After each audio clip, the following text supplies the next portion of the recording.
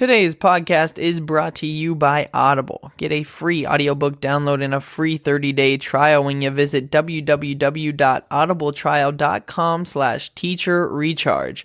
Over 180,000 titles to choose from for your iPhone, Android, Kindle, or MP3 player. Just go to audibletrial.com/teacherrecharge today. My name is Fred Kepp. I'm the host of the Teacher Recharge podcast, and when people ask me if I have any kids, I say, yeah, of course, I have a dog. Anyways, let's get started with the show. Get up, get up, get up, get up, get up, get up. Oh, get up, get up, get up, get up, get up,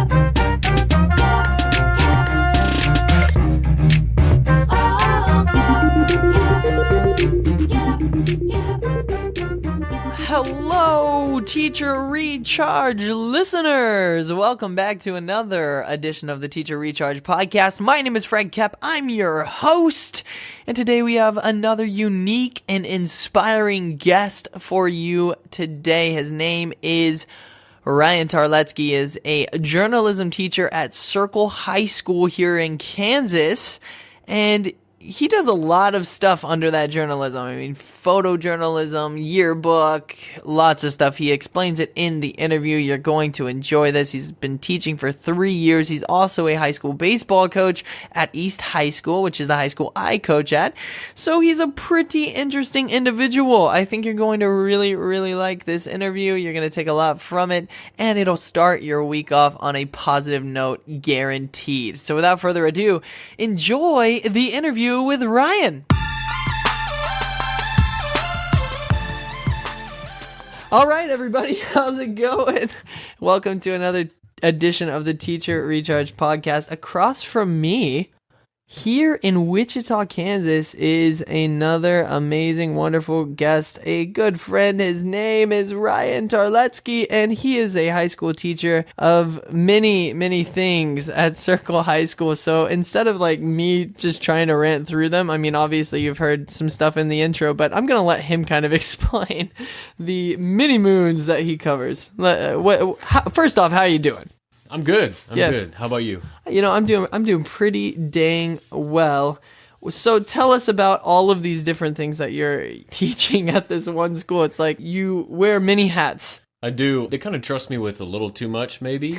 But I teach photography, advanced photography, yearbook, journalism, audio, video, sports broadcasting, and a kind of like a seminar, a freshman study hall type thing.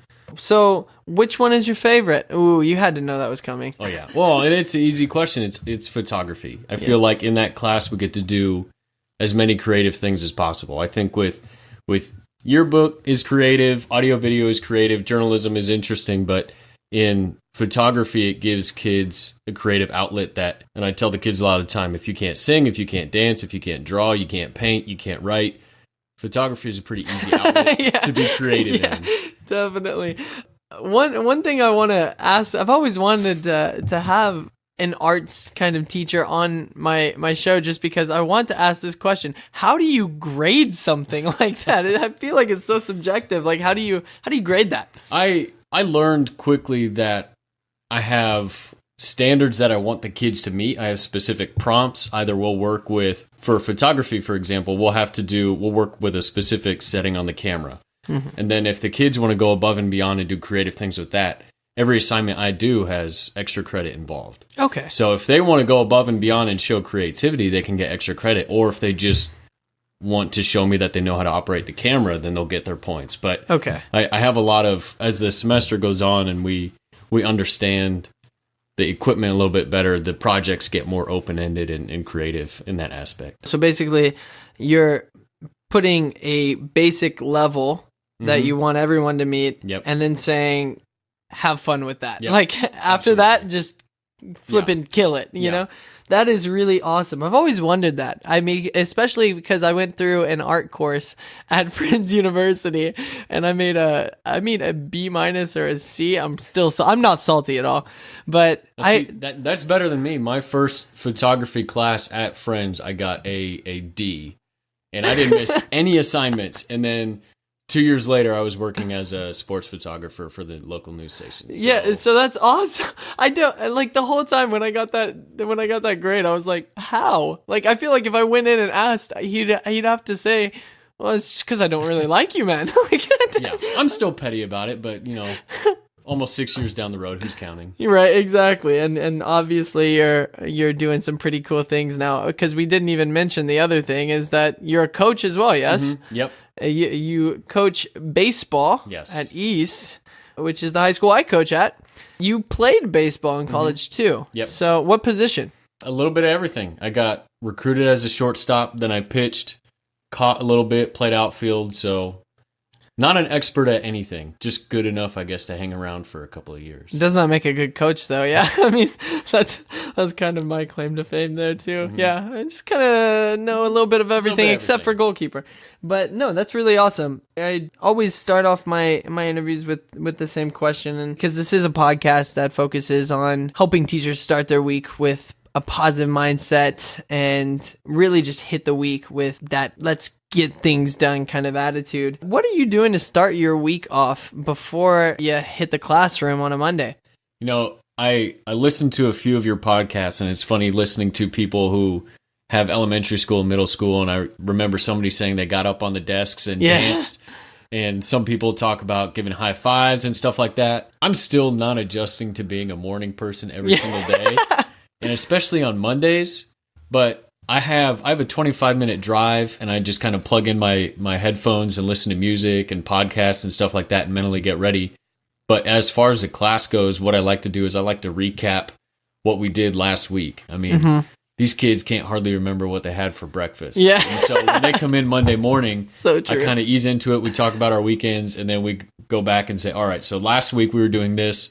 What troubles did we have? How can we adjust to that? And then let's get this done today. Yeah. And so setting goals and expectations at the start of the class is kind of how I get us going. A question that just came up in my mind is, you said you like putting your headphones and you listen to podcasts and stuff like that. I've actually never asked, and I can't believe I've never asked another athlete this, but like, how does the way you get ready for a Monday, like the drive you like to school on a Monday, how does that differ, or how is that alike to the way you'd prepare for a baseball game, say? I'm a fairly analytical person, so before games, I would like to kind of look at scouting reports and see who key players were and stuff to look at. And in the mornings, I'm kind of thinking to myself, okay, how can I get this kid involved? I usually have classes that are obviously project-based, and so I'm always thinking, how can I get this kid involved? What worked well last time? Last semester, this was awful. How can I improve on it this time? And so it's all about trying to think 2 or 3 moves ahead. Yeah. In my first year, it was all about surviving to the next bell and making sure that no kid basically punched another kid. Yeah. My goals were set pretty low first year. And so now in year 3, it's all about thinking about, okay, what do I need to do this class to set up the next class to set up the next one? Yeah. You just said like, my first year, like the bar was kind of low. But I think that's kind of important. I feel like a lot of teachers, or a lot of people in general, like even if you just get like a brand new job or something, you always want to go in and experience that instant gratification, because it is, it's 2019. So we want to go in and we want to be immediately successful. But if you're smart enough to do what you've done and say like, okay, I just want to survive the day and get through the coursework, like that's not bad, and it's pretty easy to outdo then. Yeah. So I really want to ask you, because you are not your normal kind of teacher, because photography, not your normal class, is what makes you you? Like, what makes you a unique teacher? I like to think I have a lot of energy, but our class schedules are 92 minutes. And I think what gives me a different perspective is I was taking teaching classes at Wichita State during my first 2 years while I was teaching. Mm-hmm. And so instead of having a student teaching apprenticeship or any kind of college courses, I was learning on the job while taking education classes. And so I was getting a firsthand perspective of, all right, I'm a student right now and I don't enjoy this in my class. So if I'm a teacher, how can I make sure my students don't do this? And so I think something I do different is I can't focus for 92 straight minutes. So I know my kids aren't going to sit down for 92 minutes. And so in almost every single class, we're leaving the classroom at some point. And my school has been really great about trusting me with that. But photography, audio, video, yearbook, journalism, we're getting out of the class at some point. We're going to go talk to somebody. We're going to go take pictures of something. We're going to go practice with our cameras. I mean, I just can't. We're not going to sit still for 90 minutes. And I know other teachers do a good job of trying to have hands-on activities, but I think there's other places to learn rather than just inside the classroom. That is so cool. And what's also cool about that is, like, even in speaking, like you said, there's no way that your students could, focus for 92 minutes. Well, I give a 45-minute presentation, and the first, 15 minutes are all about just, having games, having fun with the students and stuff, just because they can't even focus for 45 minutes. You know what I'm saying? So it's like, you have to get them interested. You have to get them gripped somehow. You have to get them drawn into what you're trying to teach, which I really love to hear that. You know what's funny about the whole time period we're talking about is my very first class that I had, I thought, okay, 90 minutes, it's kind of long. It's not that bad. And so I set up this whole kind of introduction where I talked about, I'm a new teacher. I worked at the news station. I worked here. This is my background. This is my expertise. And I was like, this is going to be great. This is going to be engaging. This is going to get kids involved. 4 minutes. That's all it took. And I look up and there's no questions. No one's talking. Everyone's just sitting there like, man, I can't believe summer's over. This class sucks. And I'm just thinking like, hey, we only have 88 more minutes to go. And it's my first class. And I'm just like, oh my gosh, what did I get into? Only 88 more minutes no to kidding. go. My goodness, that is hilarious. So, next question. What is something that you have failed at, and what was your solution? Well, I'm sure I'm still failing at a lot of stuff. Well, everybody is, yeah. But, what is something that stands out, I guess, that you failed at that maybe you learned from, or, you're still learning from? I'm still walking the line with consistency, really. I have consistency in my lessons and my energy, but there's some rules and guidelines in the class that I don't have. I'm not very consistent with. I mean, I hate when students do anything on Snapchat. It drives me nuts. They're not focusing. But I also know when I was a student, when I was in class not that long ago, if I get a text, I can micromanage. I can still listen. And so I'm trying to walk that line of allowing the kids to, I have 15, 16, 17-year-olds, and I'm trying to walk that line with, okay, I trust you to be responsible with your cell phone and talking to your neighbor briefly. I don't want to run a dictatorship in my class, but I still need to be able to follow up a little bit more with, all right, no cell phones right now. If it's out, I'll take it. Yeah. So I probably just a little bit more classroom management would be it. That's really interesting. I feel like a lot of teachers struggle with that all the way to the college level even. I think we've all probably had that teacher that stands at the door when the class starts and you give them your cell phone and they put it in a little box and you get it on the way out. And to an extent, I respect that. I just don't want to be that. Yeah, yeah, for real. No, I totally get that. That kind of brings up something you said a little earlier too about how you were taking classes and then you were making changes based on I don't want that in my class. That's so interesting because I feel like that's kind of how I am still with coaching is I'm still playing obviously, and I've been through quite a bit as far as soccer goes, and a lot of those coaches, a lot of our teachers, a lot of that stuff, think back to that and think, man, I really didn't like this so and so because they did this, and then don't do that. And then, you're not annoying. Yeah. And that's awesome. Yeah. Because, let's be honest, at the end of the day, to get respect, you probably need to be giving it. We are at the break. We're going to go ahead, take a little break, thank a sponsor, and we will be right back.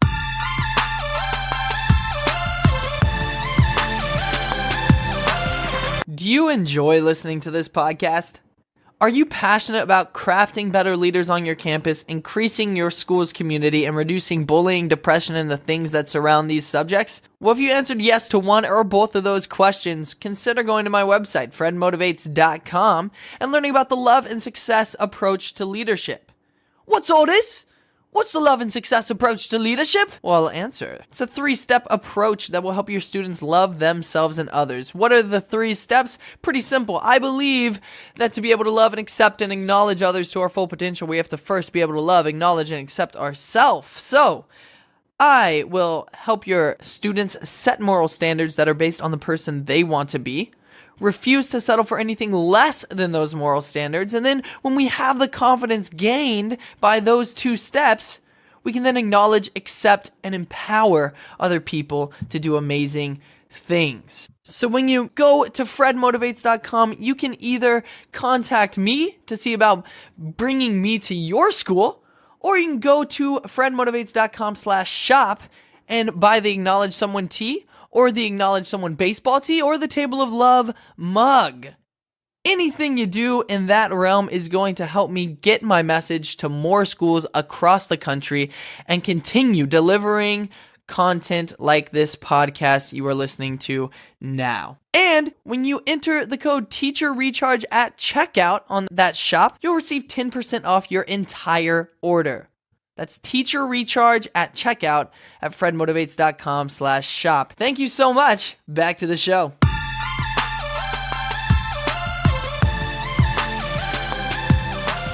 We are back on a brisk night in Wichita, Kansas, and I am here with Ryan Tarletsky, which is, by the way, one of the greatest last names of all time, just so everyone knows.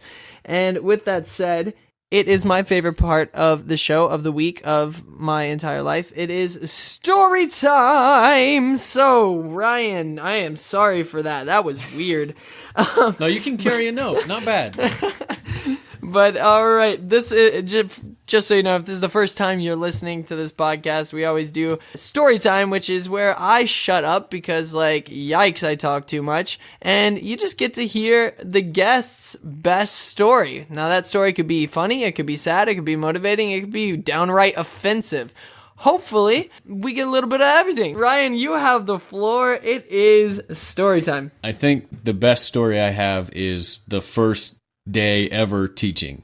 And that goes to my first full day as a substitute doing PE at an elementary school. And it was the first day I was completely by myself. No other PE teacher, no paras, no nothing. And I was thinking, okay, it's not going to be that bad. Very first class, the PE instructions were empty balloon bucket. So, okay, I don't know what we're going to do for 50 minutes. I have kindergartners, and there's these half-empty, half-inflated balloons, and for 50 minutes, they just kicked those stupid things around the gym, and they loved it. I mean, it was just like, can you imagine the SpongeBob where he runs around and his hands are in the air, and he's just got these straight legs? They did that for 50 minutes, and it was awesome. And so the very next class, I'm thinking, okay, it'll be great. Second graders. I'm trying to give instructions, and this little girl won't stop talking. She won't stop talking. And, I give her the warning, if you keep talking, you're going to have to sit out.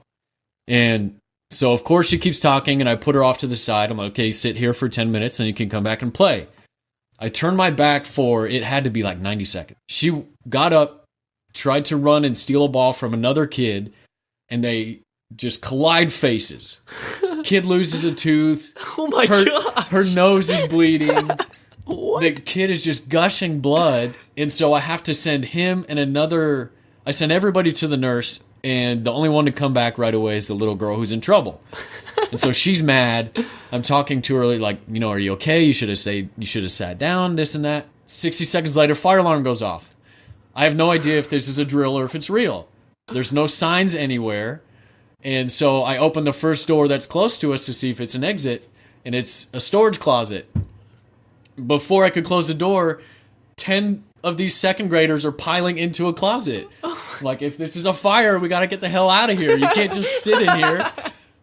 And so we finally find the exit, and the kids are out there running around and stuff. And so I'm like, okay, like, it can't get any worse than this. And we go back inside, and at that point, the second grade homeroom teacher is there to pick them up. And the little girl who got in trouble and busted her nose on the way out, she's like, you're mean, you're going to hell. And at that point, I was so flustered my very first day, rather than taking the high road and saying, like, oh, we'll see you later, it was good to see you. I should have had a better filter, but when she said, you're mean, you're going to hell, I said a little too loudly, yeah, I'll see you there. And so, maybe dealing with high schoolers is where I'm supposed to be instead of second grade. Definitely, man. That is so funny, man. That's probably top 10, maybe even the best story that has ever been on the podcast. That is great. Clearly, I'm a glutton for punishment if that didn't scare me away from teaching. I was going to say, that does sound like a high schooler.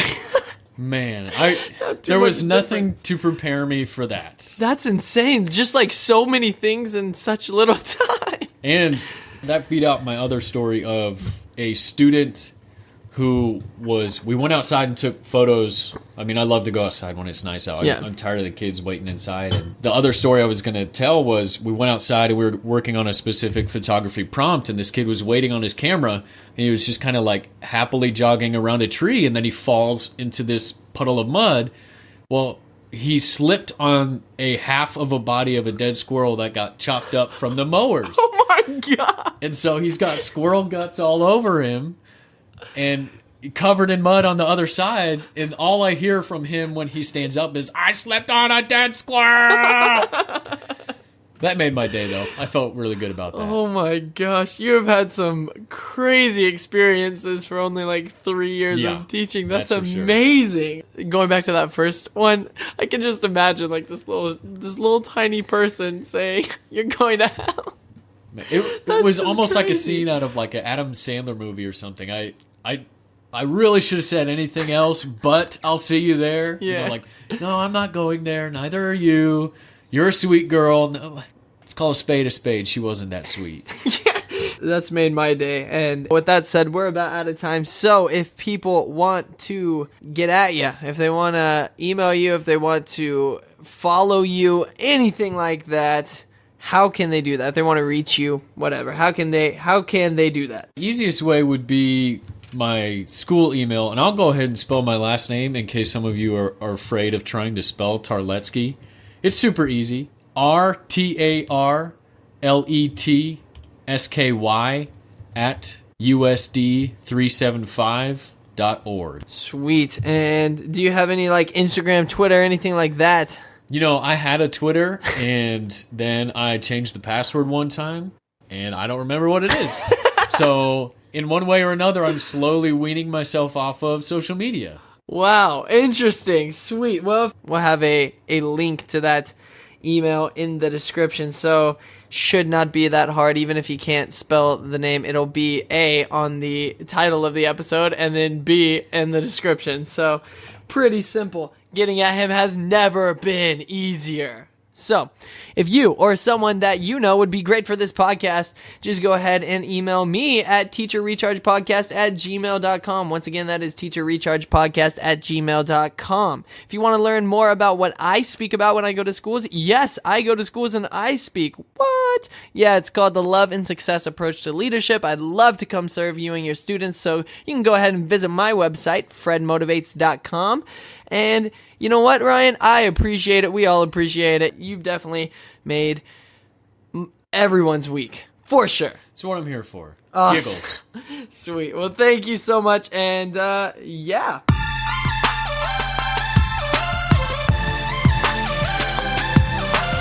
We're finally at the end of the show, which means it is time for our weekly challenge. Now, each week I take a topic that was brought up in the interview and I challenge you to go try it with your students. This week, Ryan talked about getting his students out of the traditional classroom setting and taking them on walks during class and things like that, if it is nice out, of course.